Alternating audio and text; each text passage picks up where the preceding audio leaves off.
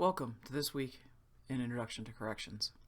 This week we're going to venture into prison programming, and we'll cover the medical and food service requirements in prison and how they are typically addressed, talk about the effects of educational programmings and on recidivism, the effects of vocational programming on recidivism. We'll identify components of substance abuse treatment in prison and talk about the concerns for administrators with the different types of recreational programming in our facilities.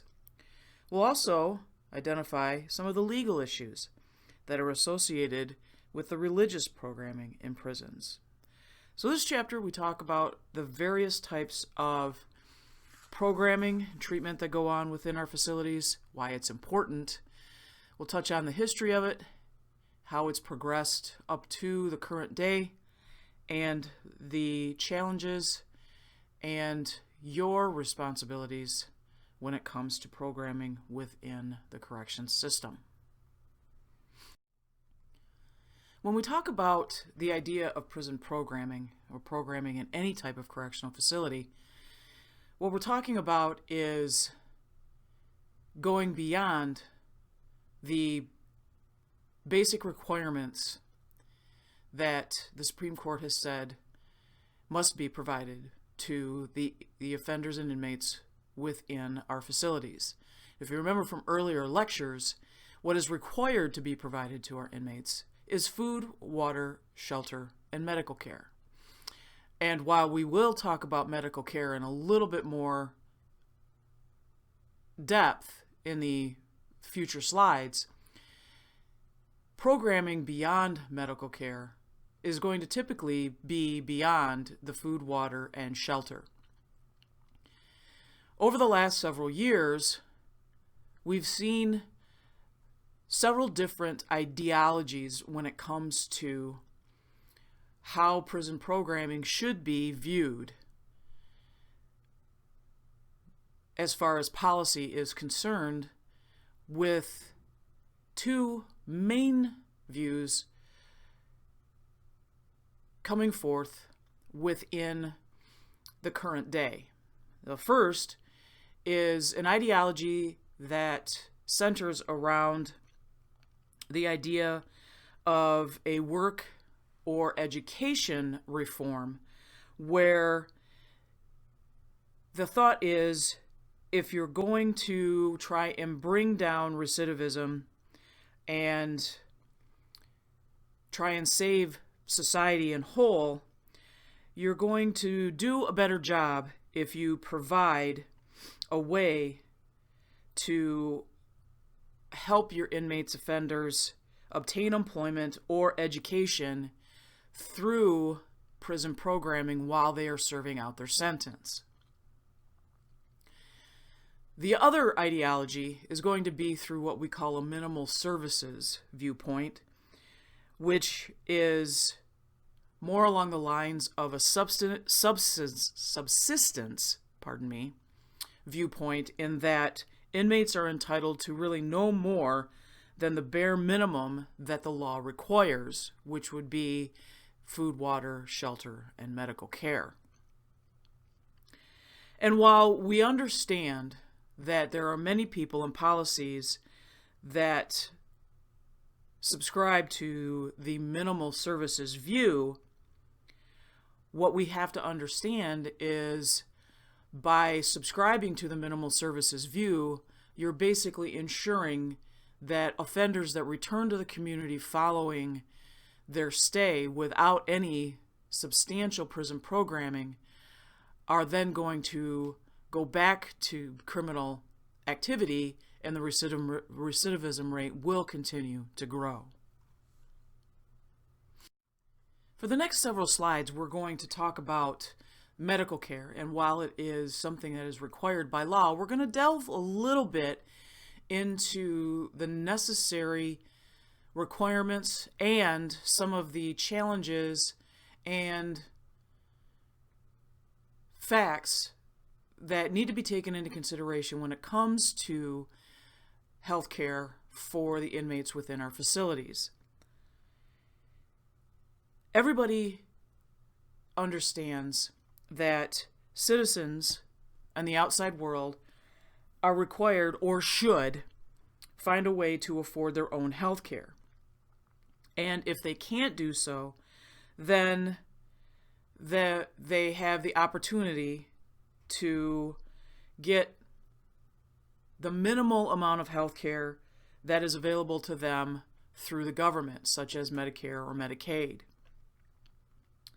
But they have at least some say over the types of services that will come to them through this type of health care.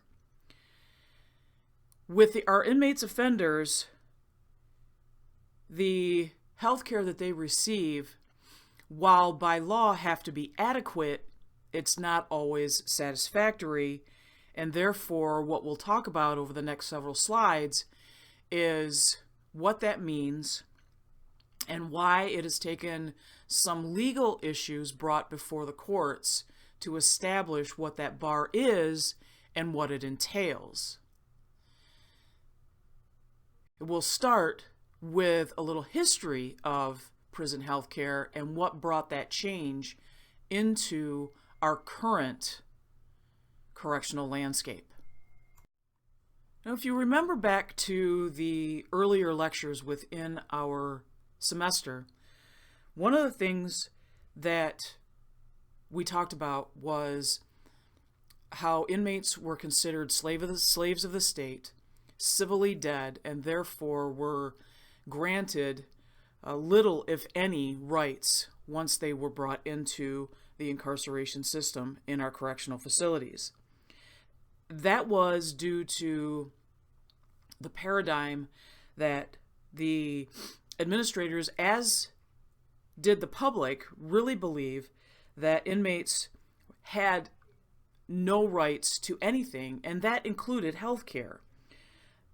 The public and administrator belief at the time was the lack of health care and provisions for medical care within their stay was, in essence, the result of them being sentenced to prison. This was the basic tenet of operations while the early years up until the hands-on period we talked about during the chapter on legal rights in the mid-60s and early 70s. One of the things that brought about a major change in thinking and policy was a rather significant inmate uprising that many of you have heard about but might know little about, and that was the Attica Prison Riot in 1971. I encourage you on your own to do a little bit of research regarding this particular inmate disturbance because there's a lot of misunderstanding and misguided notions about exactly what brought it on, how it was handled, and the ultimate result of the aftermath in what happened at Attica. It was 4 days in 1971, in the early month of September, and while all indications were that it was never meant to be a formalized riot, it ended up being that way, and the inmates at Attica protested, among other things, the unsanitary conditions that were commonplace at the prison. And one of the main things that they also protested were the issues with the inmates obtaining appropriate medical services. One of the main issues was that people working at Attica were either unqualified or in some cases couldn't even legally practice medicine out in the community. So if you can imagine the people who were allowed to come into a prison and administer medical treatment to the inmates in 1971 were either unlicensed or unqualified, and they were the ones who were treating human beings in a prison setting. Once the inmate disturbance at Attica had been settled and changes started to be made, along with the other significant Supreme Court cases that started to come down during this hands-on period that began in the early to mid-60s and kind of went right through the 70s, we started to see more and more decisions at the Supreme Court level that started to define exactly what constituted cruel and unusual punishment. And for the most part, medical issues, when it came to the treatment of inmates within our facilities, fall under the Eighth Amendment right to be free of cruel and unusual punishment. The one of most significance we mentioned in earlier lectures is Estelle v. Gamble, and we'll revisit it really quickly here. The decision in Estelle v. Gamble ushered in an era where it dictated medical services for inmates and normalized what the medical services for inmates could be expected, and let the administrators and policymakers for prisoners and prison systems across the United States know that they were supposed to require more than just marginal care.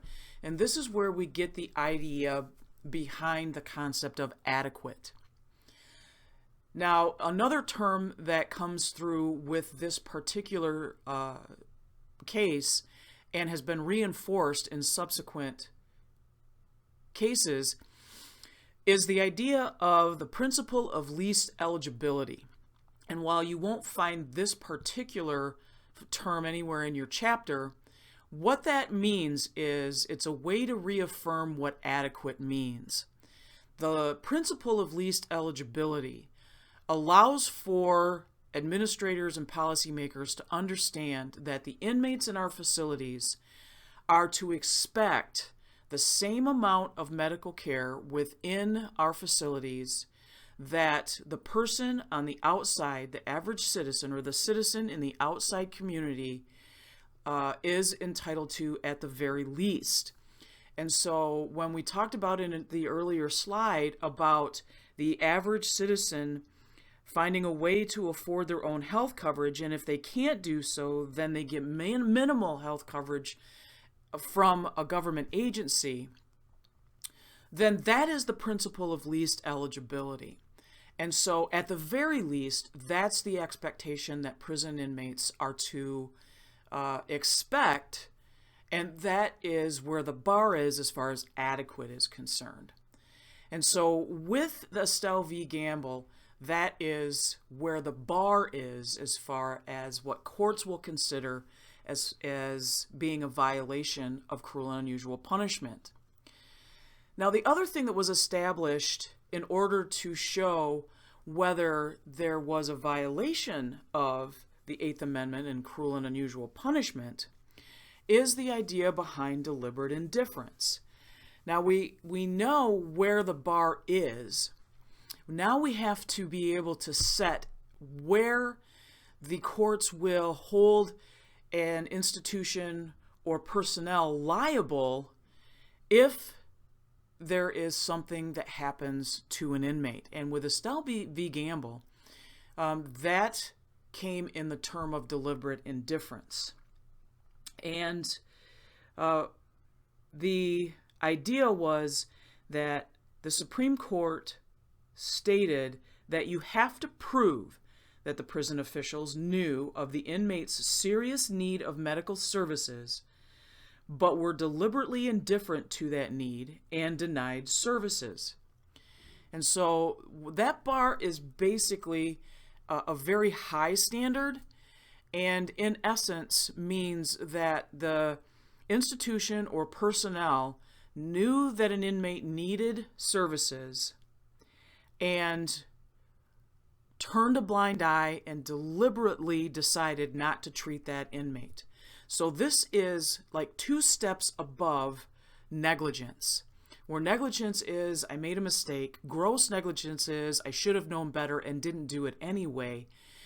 The deliberate indifference standard is, I knew that they needed assistance and I chose, knowing what would happen, to not provide medical services or provide help. And if you get to the deliberate indifference standard, then what you're basically saying is, I disregarded my duty to provide the services required by the law, knowing that this person was going to suffer as a result. And that's the test that we still abide by to this day, and the courts look at in determining the liability of the officers involved, as well as the administrators and the policymakers. When we covered our chapter on female inmates, we drew many comparisons to how the female and male inmates could be the same in many ways, but also drew stark contrasts to how female inmates were treated differently and oftentimes were not even considered in some of the most basic things when it came to their stays within our institutions. Nothing could be more important when dealing with medical services. There are a lot of needs of female offenders that are different and that are varied from those of our male offenders. And so we need to take the opportunity to look at the commonalities of medical issues, and there are many. We all get colds, we all get flu, we have diabetes, we have hypertension. But then we have to look at the differences that female offenders and inmates have that need to be treated and are far more challenging in some cases when it comes to having a female population within our facilities. And if you're talking about how differently female offenders deal with things such as drug abuse, which is going to increase their propensity for chronic diseases such as HIV or hepatitis B or C. If we talk about the riskier behavior due to their immersion in the sex trade, which will increase their propensity for sexually transmitted diseases, and so they have more likelihood to have things such as syphilis or chlamydia. And so those types of medical issues have to be part of the issues and treatment and medical services that are going to be part of any sort of atmosphere within our institutions. Now, a lot of the common medical issues I've already talked about, now, as far as commonality to the male population. But some of the common medical issues among all female inmates are going to be things like asthma, diabetes, tuberculosis. But then there are also common things like unintended pregnancies. And one of the things we're going to talk about in the next couple of slides are the need for institutions to have in place those policies and procedures of how to handle female inmates who come into their facilities with those issues that relate to female issues common to the sex for drugs trade and pregnancies and care for during and after female inmates come in when they are pregnant. Typically, any inmate who comes into male or female facilities are going to be medically screened, as we talked about in prior lectures, especially when we talked about classification and other chapters. And so one of the medical screening things that they will do for females coming into facilities are going to be screening for pregnancy upon admission.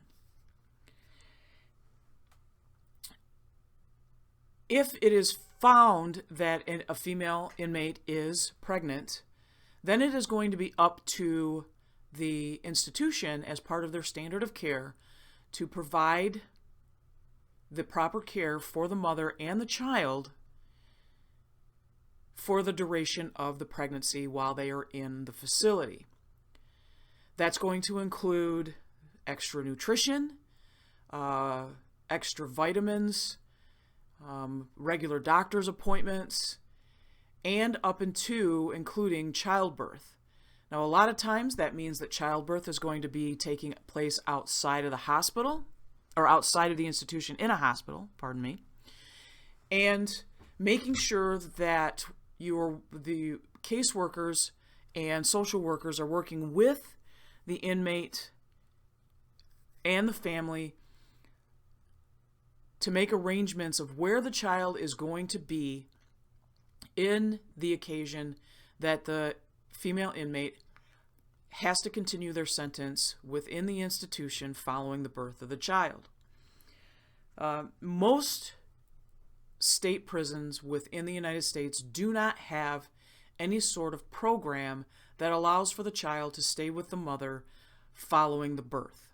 There are some within the United States that allow or have short-term programs that allow for the child to stay with the mother. The most notable we mentioned in the chapter on female inmates. That's Bedford Hills, that is in New York. It's one of the most well-known in the United States. The Bureau of Prisons has Mothers and Infants Nurturing Together, which is a community residential program for pregnant women at the time of commitment. This is a program that is for bonding and parenting skills, typically for low-risk inmates. It is eligibility is based on those low-risk inmates who have less than 5 years remaining to serve on their sentence, are in their last 3 months of pregnancy, and can go on furloughs.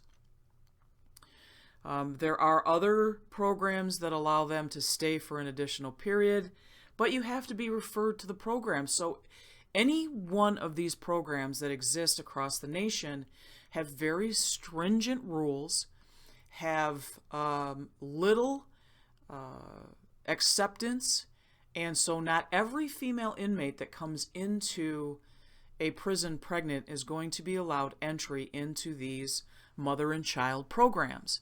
And so you will find far more female inmates having to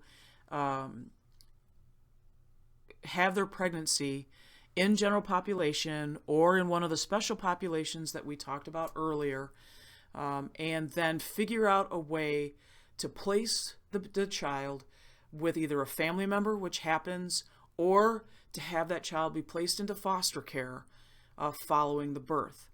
So what we have to provide, regardless of the adequate health care to take care of the physical well-being of the mother, is also then make sure that we have caseworkers and social workers in place to assist with the mental well-being of the mother once the female inmate returns to the institution.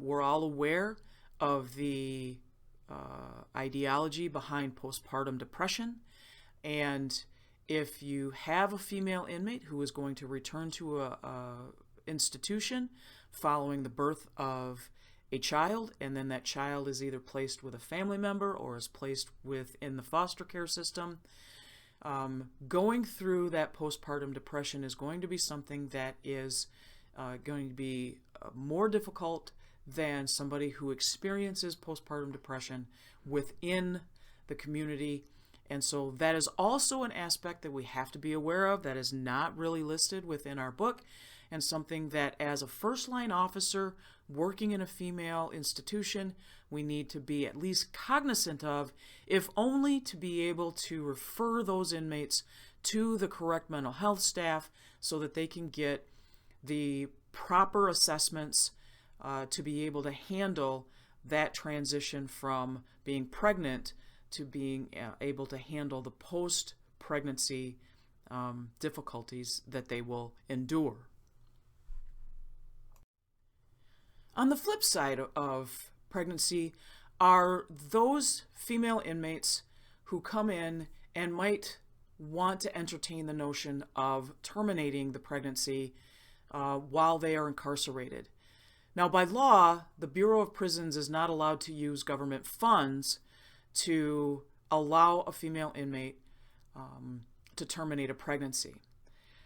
And so the only time that those funds are allowed to be used is if the life of the mother is in danger, if the baby were to be carried to term, or if there was a sexual assault involved. If somehow the female inmate could come up with the payment for an abortion, then in that case, the termination of the pregnancy can be arranged outside of the institution, but it is necessary that the inmates, female inmates, will receive counseling in the form of medical, social, and religious counseling to make sure that this is the decision that they want to make and they understand everything that goes inside of this particular decision. So abortions are allowed because of the Supreme Court decisions regarding this particular decision, but government funds cannot be used for it unless there are extreme circumstances such as the life of the mother is in danger should the baby be brought to term, or if the circumstance of the pregnancy was due to sexual assault. We turn our attention now to the idea of the food services that go on within our institutions. Typically, the food that is provided within our institutions are provided free of charge, and therefore they don't pay for the food. And this is different than canteen. This is the meals that they are provided, breakfast, lunch, and dinner. So even though we have inmates that help prepare the meals, they don't work for their food. So there is a difference in that concept. And so that is different than how it was historically. And as you remember when we talked about the history of corrections, it was very common for inmates to have to either pay for their food, either in the form of bribes to the officers, or for their families to come in and bribe the officers so that they could get food, or they would bring in food, or they would have to work for their food, either in the hard labor or farming.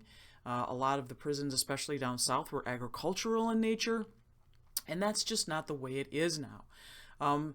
That didn't stop until late into the 20th century, so it's a fairly new concept, and again can be attributed to inmate disturbances that happened, especially another kudo to Attica.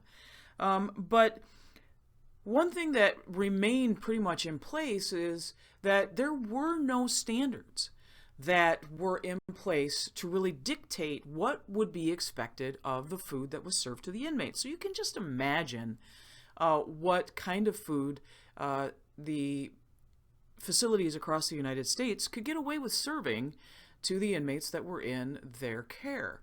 And I can remember when I first started working at the jail, when I was a young officer, I used to hear stories of the inmates knowing what day it was, and they called it Green River Day.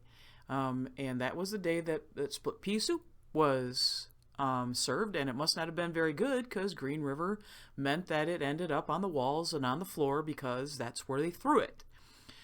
So as we started to become more regularized, and the standards for what was acceptable and not acceptable started to be established. We got a organization that started to oversee and standardize what was expected of the food that would be served to the inmates across the United States. This association is called the American Correctional Food Service Association. And this organization promotes professionalism and also sets the standards of performance. And along with that, will provide national certification of the professionals that work in the corrections food service industry. Now, one thing we have to remember is a lot of our food service industry organizations are privatized now. And we talked about privatization in previous lectures. And so with privatization comes some interesting challenges as to where the standards are being met. Again, going back to the concept of adequate and expectation of keeping costs down because you're a private company. And so we'll venture in and talk about how that's done, but do know that there are organizations out there that look to certify professionals and professionalize what the expectation is based on some of the case law that's out there on what you should be at least serving and feeding the inmates. When it comes to figuring out what to serve, trying to feed an institution that has anywhere from small jails, which only have maybe 10 or 20, to huge institutions like Rikers Island that has 10,000, you can only imagine what it would be like to try and come up with a menu to feed that massive amount of people. Typically, you're going to find menus that are on a 28 to 30-day schedule, and they rotate. So most menus will be on a quarterly rotating schedule. So you'll have a food service manager in your institution who will have a winter schedule, a spring schedule, a summer schedule, and a fall schedule.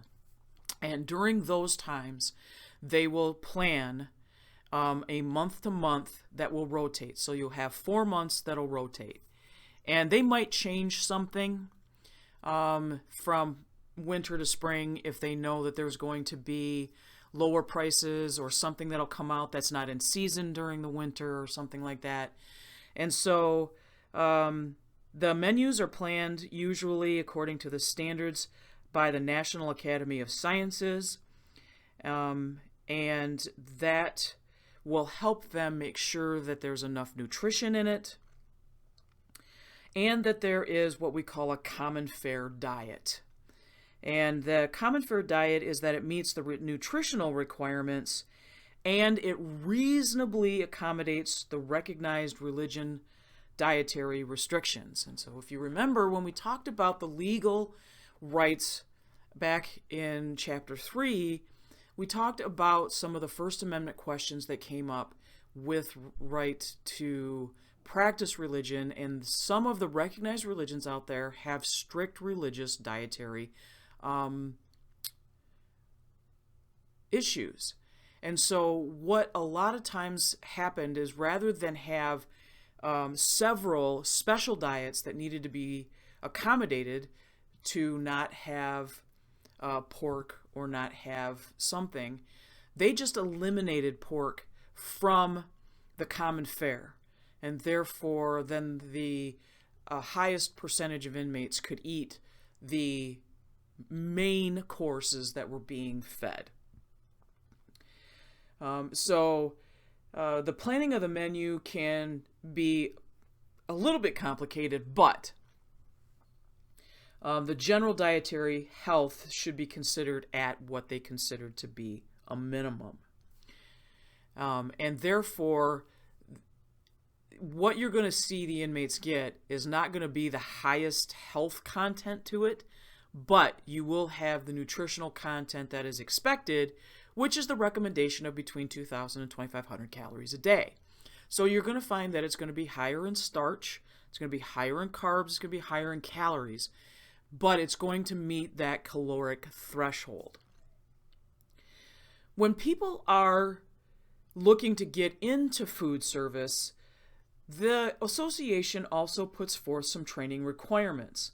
Most personnel must have some sort of documented understanding of how to plan, how to prepare, and serve a huge amount of nutritious meals under safe and sanitary conditions. And whether you're serving to an institution that has 10 or 10,000, you still have to have a working idea of how to do this safely and securely, and be able to plan and prepare in that kind of environment. And so in order to be a kitchen manager, you have to also understand the unpredictability of the workers that you're going to have, because in order to prepare meals for a large institution, you're going to be relying on inmate workers. And inmate workers who might not get along, can be very spiteful, very unpredictable, and therefore you are, as a kitchen manager, need to ensure that are going to be acting inappropriately, or you yourself are going to be able to handle yourself with an integrity that does not allow for your behavior to be questioned, even when it's something as simple as maybe giving out extra meals or extra food on those meal trays, unless you have the authorization.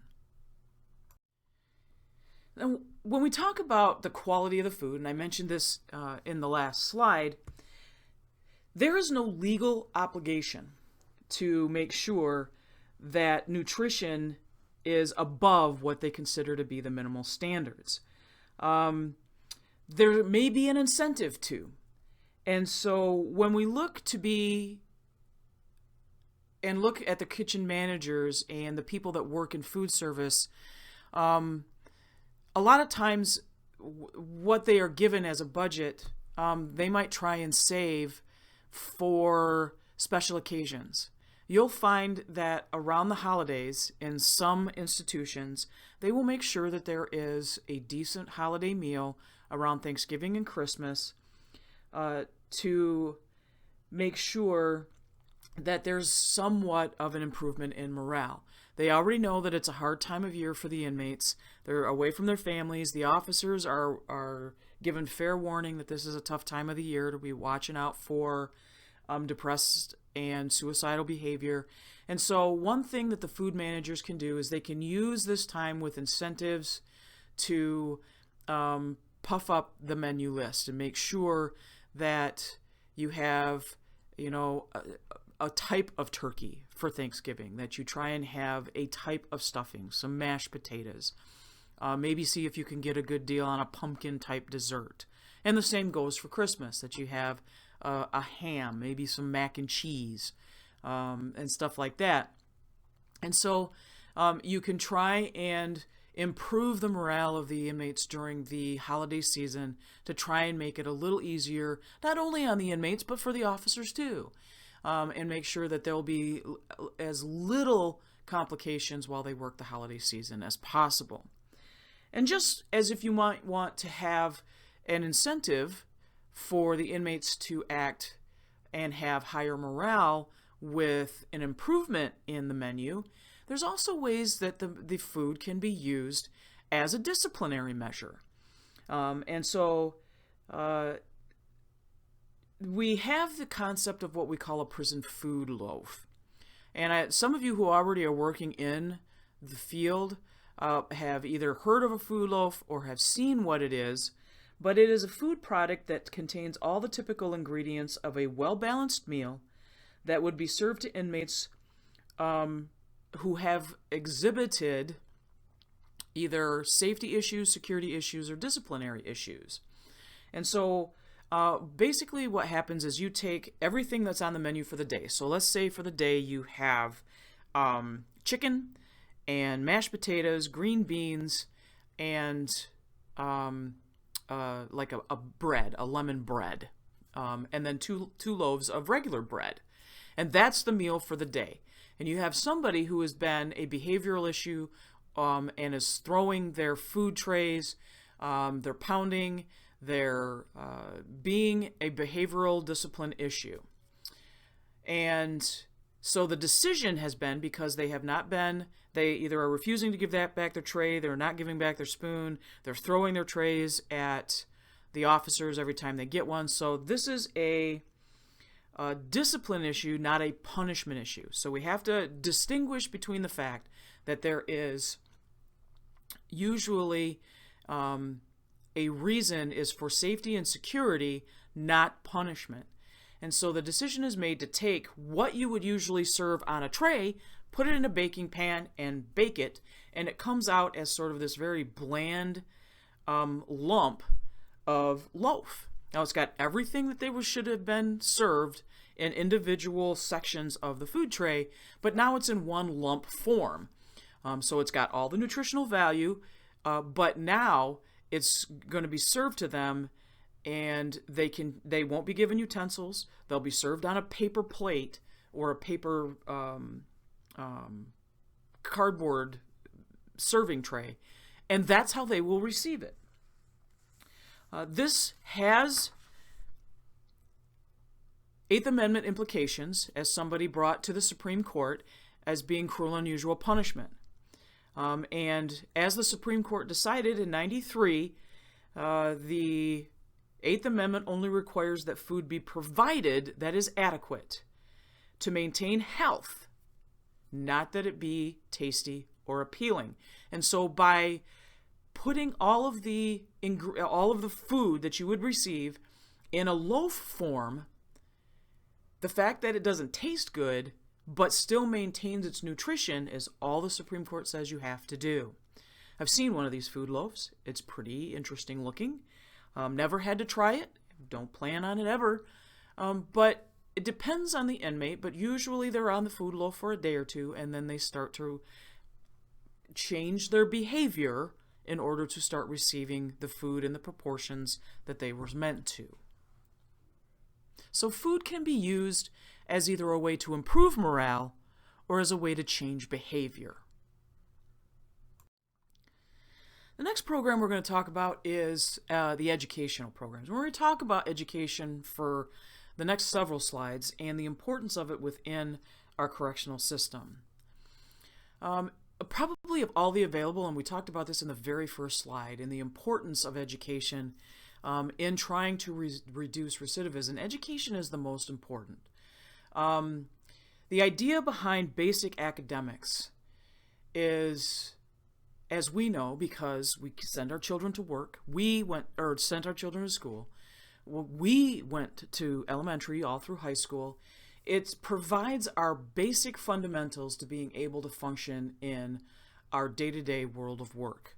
We still call on things that we learned when we were extremely little, and therefore, without it, we know that any offenders that re-enter our society are going to have a hard time finding work, and therefore will then revert back to their original behavior, which in turn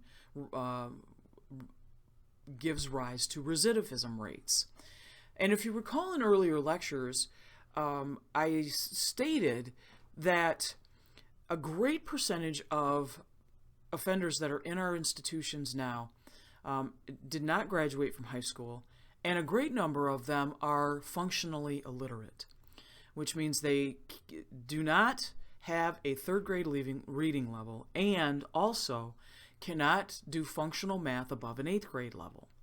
And so the idea behind providing basic academics is very important within our educational programs in the institutions. Now, if we look through history, and we talked a little bit about this in the previous lectures when we talked specifically about the history of corrections and through other chapters, educational programs can be traced all the way back to the very beginning of institutions and the Walnut Street Jail. Education and religious instruction was an instrumental part of what the Quakers wanted when they opened up the Walnut Street Jail. They were even the first to really encourage secular education, which meant they not only wanted religious instruction, but they wanted people to learn outside information other than religious instruction. But as usually is the case, the public started to fear that with the education they would be provided, that would just give them more ways to learn their craft and become better criminals. And so as a result, it started to reduce the amount of education that they were given when they were imprisoned. When it came to the Civil War, after the Civil War ended and we started to rebuild all the institutions, especially in the South that had been decimated, but also in the North, education programs were seen as the primary way to reform offenders.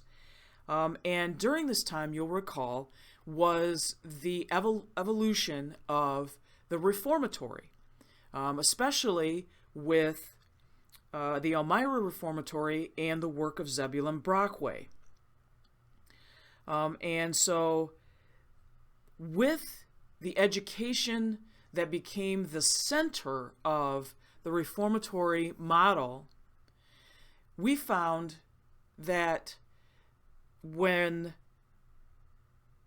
you centered on contract-driven, factory-based production for the private sector, and as a result started to work on vocational education that you provided for the inmates so that when they left the reformatory, they would be able to have a trade that would prepare them for a job outside of the institution, then what you would have are the idea behind less recidivism based on the education and vocation that you provided the inmates while they were incarcerated. Then there was the research and writings of Austin McCormick, who had been an administrator in the U.S. Navy prison and anonymously had himself incarcerated so that he could write and report on ways to improve educational opportunities for inmates. And so these were the instrumental people who, following the Civil War, brought forth the importance of educational opportunities at the beginning up to the latter parts of the 19th century. In our next slide, we're going to talk about what happened in the 20th century up into our current day. As we move into the 20th century and into, again, that hands-on period of the 60s and 70s, as a result of things like Attica and the court cases that were coming out of the Supreme Court, correctional education started to become a real priority within the state systems. And the Adult Education Act of 1964 provided funding for programs for those adults that had deficiencies in how they could communicate, their basic math skills, how they had, as far as social skills were concerned, that impacted or impaired their ability to be able to get a job. That went on through the 1980s, when there was a lot of attention about having education within our prison systems. One of the reasons is because we had this massive population boom. And so it was a kind of a perfect storm that allowed for the realization that better programs were needed and better education was needed. But then at the same time that we saw this massive population in our prisons, what we also saw was a policy and social climate that started to become much more punitive to those that were entering our prison systems. The only exception was the need for education. And so education seemed to be the one thing that would outlast all of the other cuts to programs within this new wave of thinking that all programs needed to be cut. Education was the one that still maintained its stronghold on prison programming. In 91, the Office of Department of Correctional Education was founded within the Department of Education. And they started to provide national leadership on issues related to correctional education and to provide technical assistance to states, local schools, and correctional institutions in order to provide more information on being able to educate those in the correctional institutions. Couple of things that came out of this particular policy change was the inability now for inmates to obtain post-secondary education. And this was because the federal government eliminated the ability for inmates to receive Pell Grants. Up until this time, if an inmate was in our prison system, had obtained a high school diploma or GED, they could continue their education post-secondary, go to college, and they could apply for Pell Grants. That was eliminated as part of the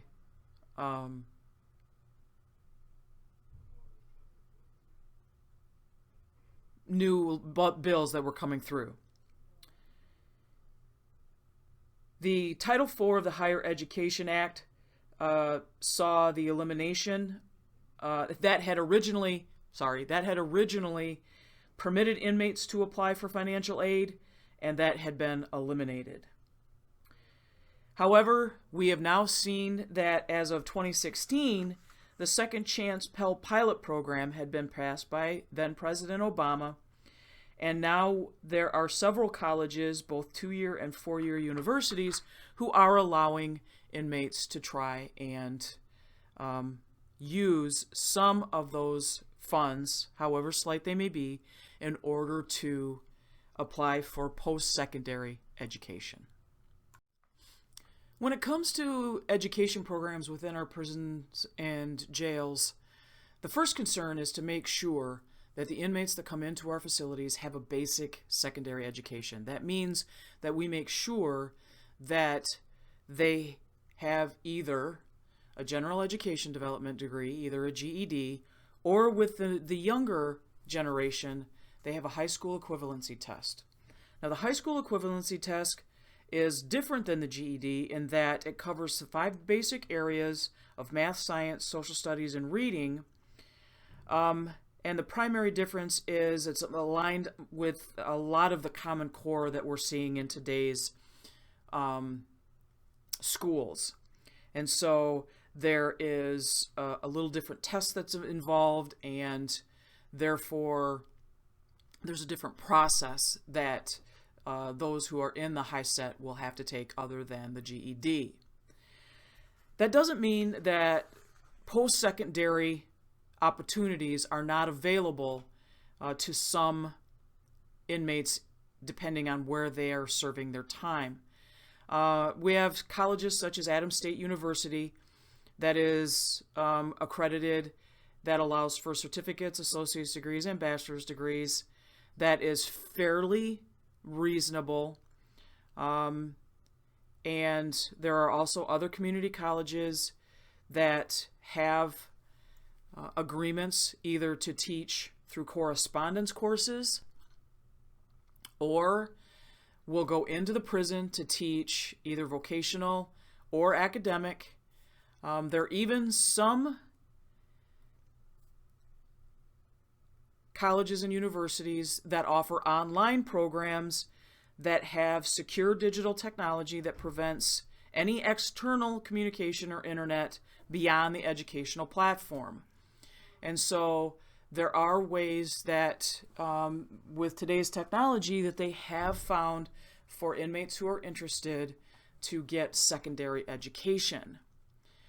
It's also important that if the inmates do take it upon themselves to further their education, is to recognize that achievement and let them know that you, as either an institution or the college, be allowed to show that they have actually gotten that achievement. I know that there are some prisons, especially in California and some other states, that actually hold graduation ceremonies within the prison.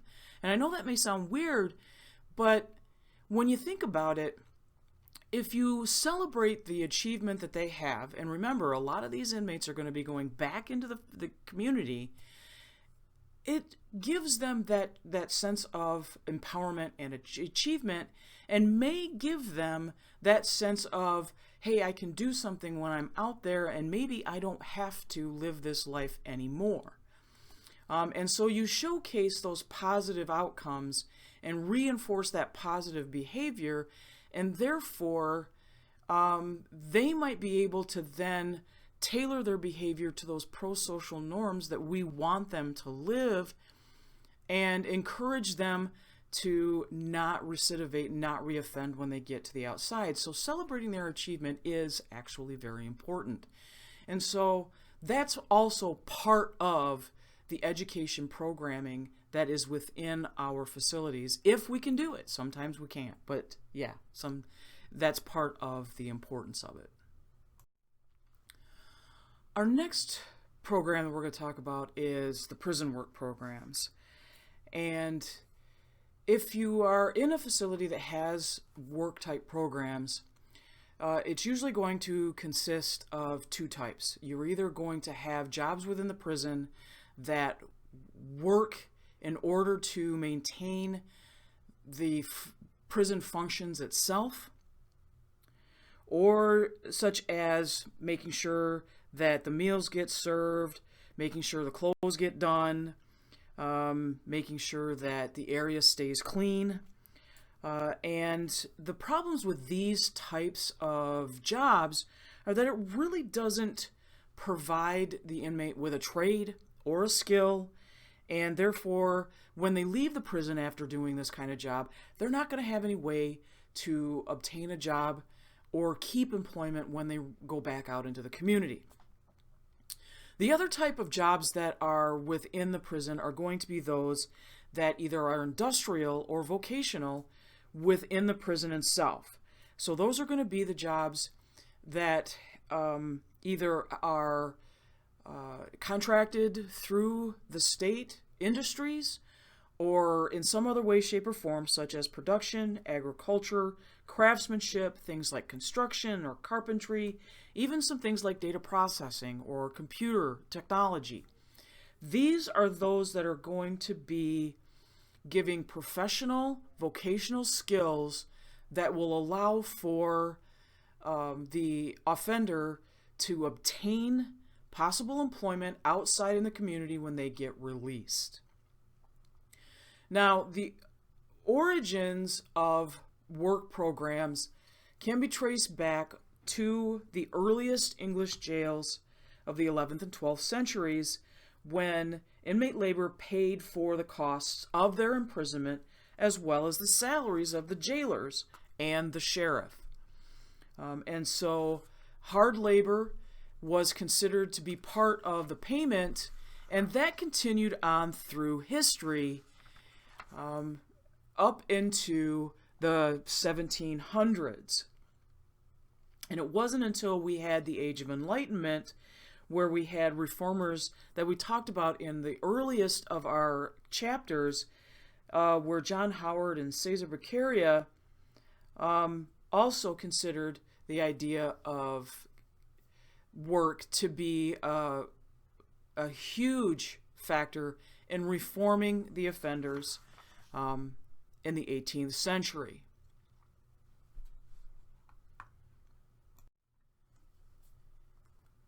When we look at our own prison work systems, then the best known is going to be the Federal Prison Industries, which was first known as FPI. It was established by Franklin Roosevelt back in the mid-1930s, and it was a full-fledged corporation that was owned by the U.S. government, and they were established for strictly prison labor, and were responsible for producing more than 70 categories of products at 25 different shops and factories.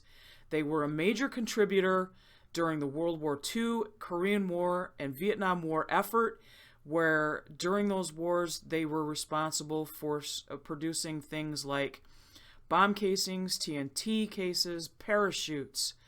They retooled factories and renovated outdated equipment to make sure that they could be ready to supply the Vietnam War. Once the war in Vietnam had ended, they changed their name to Unicor and became a new civilian and corporate-based identity, and are now responsible for new lines in stainless steel, thermoplastics, printed circuits, modular furniture, and Kevlar reinforced items, and are part of a state-of-the-art production technique that helps with a lot of the industry that they create for new inmate work opportunities for the inmates to be ready for post-release employment. Unicor has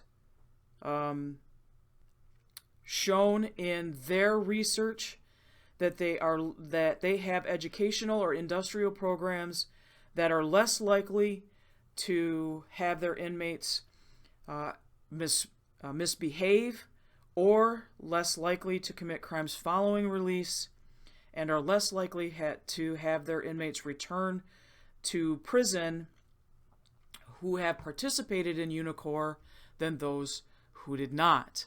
And so Unicor is 75 years old and has been one of the most successful prison work labor forces that has been established. And they continue to be very successful as they have changed with the times. When it comes to state employment, a lot of the states depend on whatever their main source of income would be. So a lot of the large state correctional systems like Texas, California, Florida, they will rely on agriculture, forestry, working on the roads, and that's where their focus of inmate labor will be.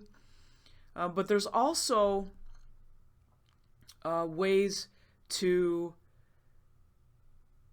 have work including things like cutting lumber, firefighting, maintenance of state grounds and property,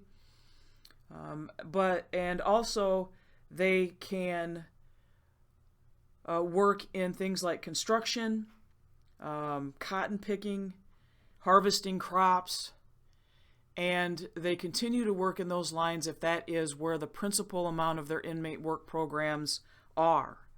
And so it depends on what the state needs and what kind of prison work programs they have. If you have a state that has a more industrial type of background, then the industrial types of work they will do. If you have southern states rely quite heavily on agriculture, then those work programs will center around agriculture. So a lot of it depends on the type of employment that is around there or the services that is available. That's where your prison work programs will center around. Our next program that we'll talk about is those that have drug treatment programs. About 2/3 to over 3/4 of the inmates, as we've talked about before, in our correctional facilities have used drugs or have a sustained substance abuse problem. And so what we can do is limited. And if you're talking about local corrections, those that are in the jails, really the only thing we can supply them is what's called simple detoxification, chemical detoxification. And what that means is we just allow them to let the drug leave their system. And that only is going to address the physical dependence and not really address the psychological dependence. And also some things we got to keep in mind is that depending on the drug that they're withdrawing from, there's a chance that it could be life-threatening, the physical detoxification from it. And so there's a lot of different things that need to be taken into consideration when it comes to having a drug treatment program within our jails and prisons. Some detoxification programs will use medical drugs to ease the process of coming off the physical symptoms. It just depends. It depends on your facility. It depends on your policies. But detoxification is not treatment. And therefore, it's important to understand that if you are in a facility that only allows detox, you're not providing treatment. And so what we're going to foray in the next, the rest of this slide and the next slide is what treatment is and why it's important. Once you get past the detox phase, then what you kind of want to do is maybe get into the idea of some sort of peer support group or therapeutic communities. These can be done in our facilities, and peer support groups help because the facilitators in these groups also have had these substance abuse issues before. Mostly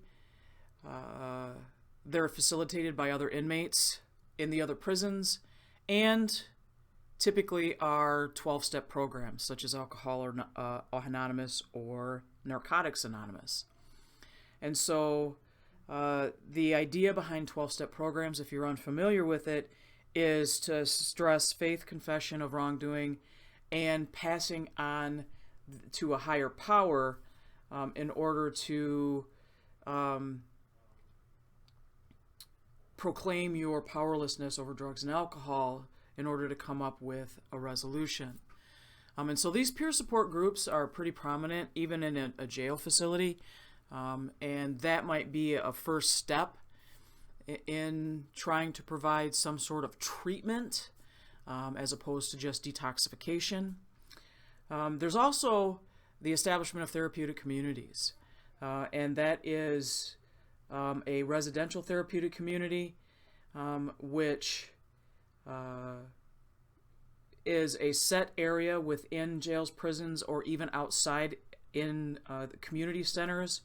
It depends on positive and negative pressures to change, and this pressure is brought through a self-help process, which means you have to establish relationships of mutual responsibility with everybody in the program, and you go through group counseling and the negative and positive reinforcements that you get with achievement.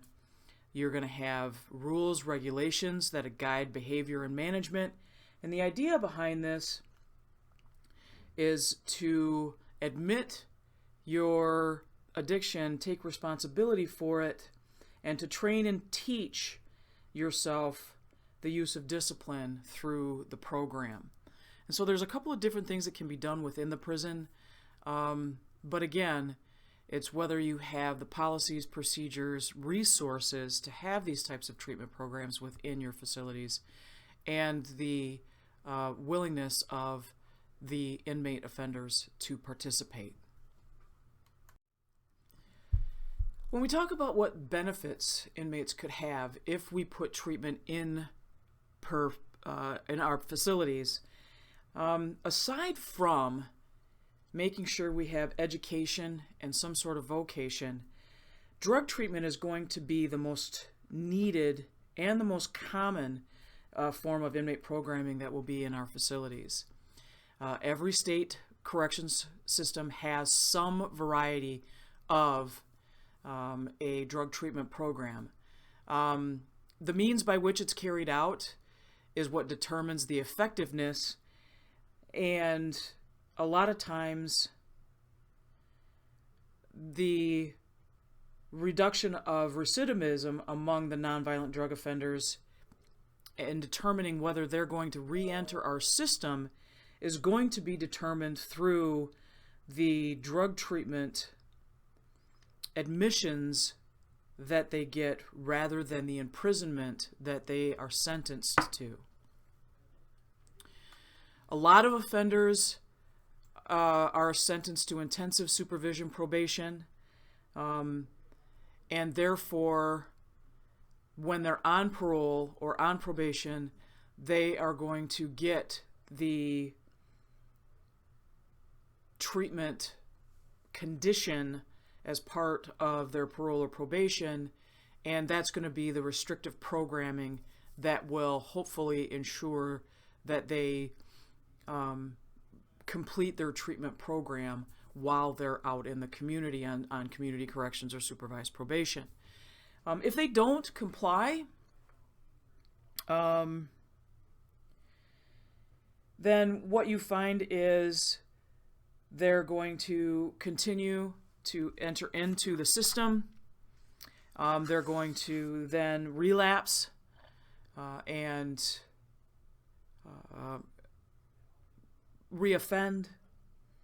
And so testing alone is not going to be sufficient to keep offenders from using drugs. There has to be a program that goes beyond monitoring and testing.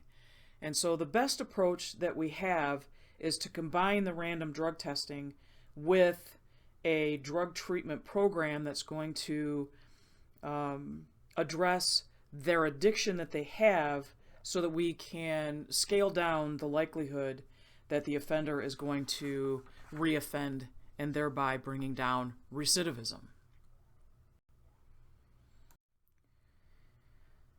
Some of the other programs that are within our prison systems include recreation, and while not necessarily considered a priority, it is an important aspect of being able to manage prison operations. And one of the reasons is it can contribute to having a safe and secure environment by reducing inmate idleness. You give inmates too much time on their hands, they're going to find ways to create problems. It can also help offenders take responsibility for their health and wellness, and therefore giving them opportunities to do things that are going to keep them healthy. You can reduce the number of disciplinary problems because you're giving them an outlet to reduce their stress. And so with this, you can come up with a way to design programs that can give constructive ideas other than what they will come up with if you let them leave themselves idle.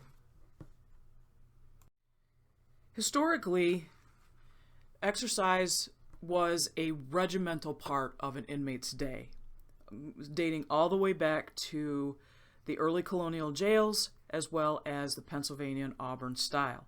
It was provided and therefore it was continuing on through the first reforms into the Elmira Reformatory.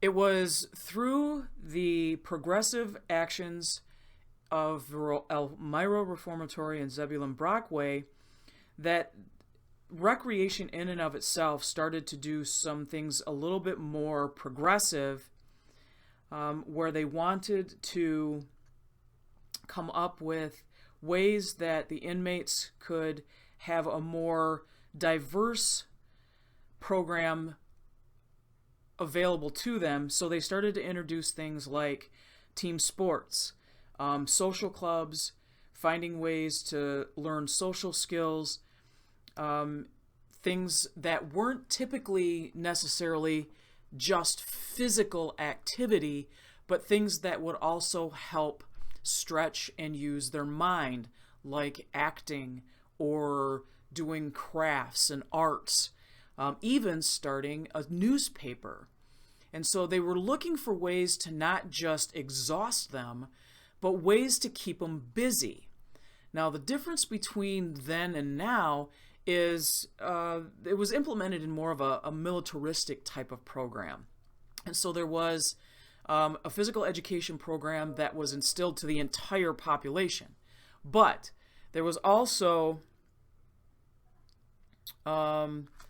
ways that we could extend it. And so also started around this time was ways that you could have productive activities. And so you were keeping them busy up to 8 hours a day. By the 1960s, the National Corrections Recreation Association was established. And so with that, you were acknowledging that you needed legitimate and central features of prison operations and management to have recreation be part of that. And with that, that went on for about 30 years. But then during the 1990s, when you had the Get Tough on Crime, we started to see a reduction in a lot of what was available for recreational activities. And in the mid-90s, Congress passed the Zimmer Amendment, which restricted the purchase of several types of things like weightlifting. And so weights were reduced, equipment was taken out, and so what we have seen is recreational opportunities in today's prisons are limited to what the inmates can fund by themselves, which is extremely limited based on the fact that if you are waiting for inmates to fund them, then it's going to be no-cost programs or things like watching films, singing in choirs, unstructured physical activity, stuff like that, and it's not going to be anything near what it was 100 years ago. If you're going to have a good recreational program within your facility, you need to make sure that you have a program that has a manager or those running the program who are well-trained, which means they understand not only the atmosphere and the clientele, which are the offenders, but they themselves have a background in physical fitness or in recreational management. And so they know what they're doing and have a wide range of ideas in how to handle the entire population. And if you remember, we talked about elderly offenders, so you're not going to want somebody in there who is doing nothing but Zumba and aerobics and team sports and stuff like that. You're going to want a recreational manager in there who also can look at the entire population and be able to implement programming for the entire population, that they have the equipment and supplies that they need to do so, and that it is tailored to all types of weather, and so that you have everything that's available if you have a rec yard available, but also for inclement weather or for those inmates who are not interested in recreation outside at all and want to do things that will keep them busy inside. So if you have a recreation program administrator, they will be ones that will survey the recreational needs and interests of the offender population at least once a year, and be able to have programs that are available and able to be adopted for those that are in locked facilities, such as the SHU and maximum security, as well as those that are considered special needs offenders, like we talked about last week. One of the reasons that you want to have these types of programs is in order to reduce the tendency for violence and disciplinary problems. Remember, an idle mind is wasted, and they will find ways to make trouble. And if you find ways to actually bring options to them that they can be doing and using their mind and body, then there will be opportunities for them to not use that for nefarious means. And so that's one of the key benefits of making sure you have a good recreation program. Recreation programs can also be used as tools for rehabilitation, and we call this therapeutic recreation. And so these types of recreation programs can be designed to meet those that have disabilities, illnesses, impairments, by putting together the activities, education, and skills training for those inmates in our facilities that have any sort of cognitive or learning disabilities, any physical disabilities, and be able to put together ways that will help them to recover or at least strengthen those disabilities that they have while they are in our facilities. It can be things like arts and crafts, board or card games, music therapy, physical fitness, gardening, reading activities. There are also different types of therapy, such as relaxation therapy, animal-assisted therapy, anger management, martial arts, humor therapy. All these types of programs are considered therapeutic recreation. And the gardening projects that I mentioned earlier, there are a couple of different programs that have been tried and had been used as early as the early 1900s, when a project was started at Sing Sing. There's one at Rikers Island that has been going since the mid-1990s, and there's also one at Bedford Hills, which is a maximum security facility for women. It includes gardening and also provides the grounds for mothers visiting their children. And so the gardens are maintained by the female inmates, and that area also then provides a more homey environment for the children coming in to visit their moms. So what happens is you've got an area where the recreation programs have therapeutic effect on inmates. And it also can provide horticultural training and work experience as far as teaching the inmates the design, installation, and maintenance of gardens. So not only can it be therapeutic, but it can also help provide education and experience in something like horticulture. The last programming we're going to talk about is religious programs. Religion has always played a central role in American prisons since the days that the Walnut Street Jail was opened back in the late 18th century. The Quakers of Pennsylvania were instrumental in achieving this type of reform, and that's where we got the word penitentiary. It was reflective of the word penitence, and it was initially meant to be a place where inmates could reflect on their wrongdoings.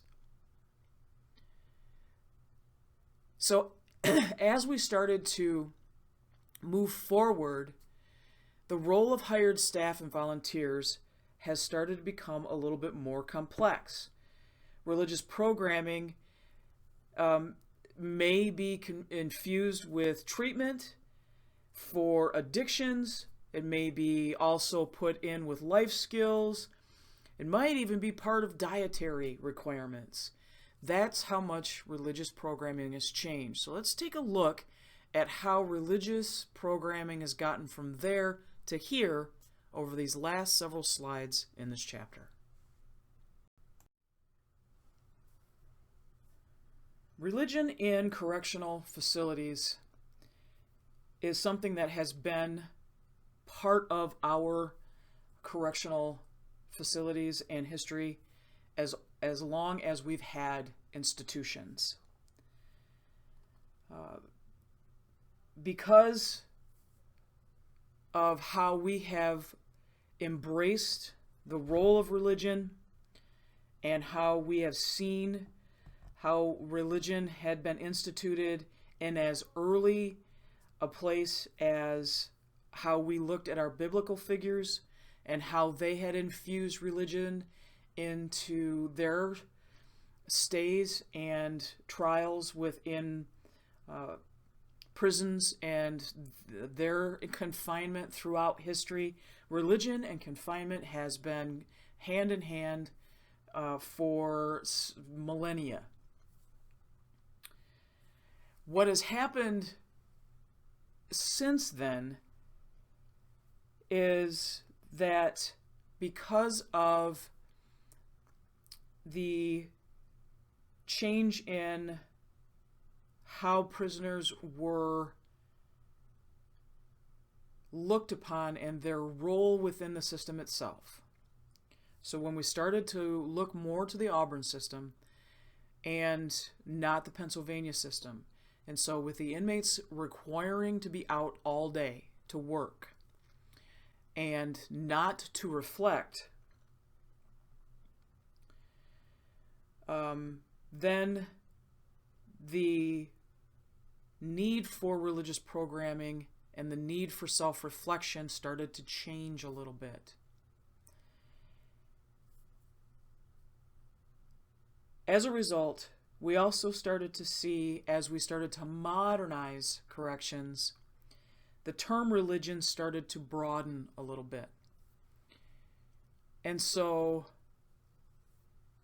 the idea of what religion meant in the 17th, 18th, early 19th centuries doesn't mean the same as it does now, because we have a lot of different recognized religions that we didn't see in the early years of our correctional foundations. And so what we're looking at is a change that was required due to the change in how we looked at our systems, the change in how we interpreted terms, the roles of the volunteers, and how they fit in versus what their roles were back in the early years. And therefore, we now in the 21st century have a wide range of people who have different ways to provide counseling to our inmates. They can be volunteers, they can be chaplains, or they can be religious experts, but how they fulfill those functions have changed in the 150 years since we have adopted incarceration. One of the big things is to recognize that because we have various faiths and groups that exist within our facilities, they can request diets that are in track with their particular faith. There is required to be documentation that such a diet is in conjunction with that faith, and legitimate requests based on these religious tenets have to be accommodated, which basically means if you can supply not policy, but a religious tenet that says your faith requires this type of diet, then it is the religious the facility's responsibility to abide by that to the best of their ability, which means there is traditional faiths that require consumption of particular foods, such as the Jewish Passover, or that you only consume food during certain times of the day, such as Ramadan. And so as long as we can accommodate those types of modifications, then we have to by the First Amendment. So that's where some of the chaplain's responsibilities come in also. And so holy days, religious diets, all of that stuff is part of our responsibilities to make sure we are not violating the inmates' First Amendment rights. So when we look to what exactly chaplains do, they are responsible for providing pastoral care for those who are imprisoned, as well as to staff and their families. So I think a lot of misconception is that the correctional chaplains are there for the sole purpose of administering counseling and religious care to the inmates, and they're not. They're also there to provide pastoral care to staff if they wish. And also with this, the early responsibilities that they had were to provide that same, but the assumption was that they could be manipulated very easily. And so because of this assumption, they started to make changes to require education and require that anybody who wished to administer religious teaching and counseling to those who were serving time in our facilities received the right education and studied seriously for that kind of chaplaincy. With that came the establishment of the American Correctional Chaplains Association, which provides representation and opportunities for those who are working in the different correctional environments, whether it's jails, prisons, federal prisons, military prisons, it doesn't matter.